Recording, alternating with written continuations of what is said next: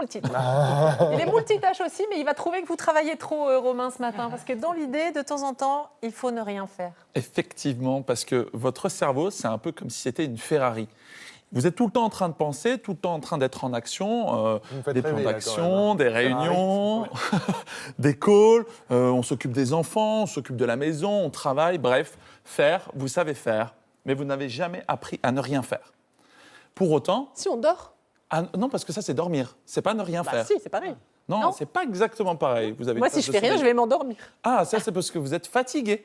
Ça n'a absolument rien à voir. C'est justement ce rythme de vie qui est en permanence présent, dans lequel on n'a aucune pause, qui fait que l'Européen est d'ailleurs très fatigué, et c'est d'ailleurs a des troubles du sommeil, et ça, on le sait. Hein. C'est d'ailleurs pour ça que la France est un des premiers consommateurs de somnifères.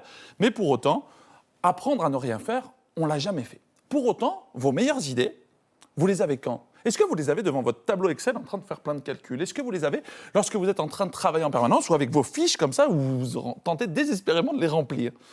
Non, vous les avez sur ces moments où vous êtes en train de ne rien faire, où vous laissez vagabonder votre esprit. Vous pouvez être en train de faire du footing, ça peut être sous votre douche, ça peut être tout simplement assis sur un fauteuil. Et d'ailleurs, l'histoire nous le prouve. Tiens, petit quiz, c'est mon tour de faire des quiz. Tiens, Newton, sur sa théorie de la gravité, est-ce qu'il était devant son tableau ? Sous un pommier. Il était sous un pommier, effectivement. Un point Pour Virginie. Quant à Archimède, il était où, vous savez où il était ? Il était dans sa baignoire. Il était en train de ne rien faire.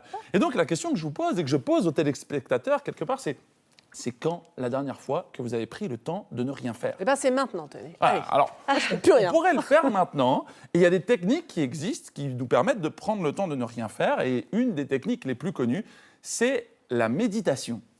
Et donc, je vais vous expliquer un petit peu pourquoi certaines personnes disent que c'est pour moi la méditation, ça fonctionne bien, et d'autres, pas du tout. Moi, je fais plutôt partie des autres. Et donc, la première fois que j'ai été faire de la méditation, c'était avec le docteur Mal à Halluin, donc ici dans le Nord. C'est un médecin qui propose de faire du zen. Alors, je suis arrivé dans cet endroit assez atypique, et puis on m'a demandé de me mettre dans une position totalement incroyable, où il fallait un petit peu se plier dans tous les sens, avec le dos bien droit, devant un mur. Et là, j'étais tout excité à l'idée de faire cette nouvelle technique qui, pour moi, améliore le cerveau. Et on sait qu'on le mesure. Hein. Plein d'études ont été faites, entre autres, par Bertrand Piccard, qui est aussi un aventurier, qui a fait de la montgolfière, et qui prouve en fait qu'on a des effets sur le cerveau de la méditation.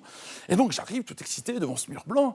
Et puis, à un moment donné, le docteur me dit « Et maintenant, ne pensez à rien. » Alors là, j'ai les yeux fermés, et à ce moment-là, dans ma tête, je me dis, il rigole, là, j'ai pas pris le temps d'arriver, de bloquer ça dans mon agenda pour il va se passer un truc, quoi.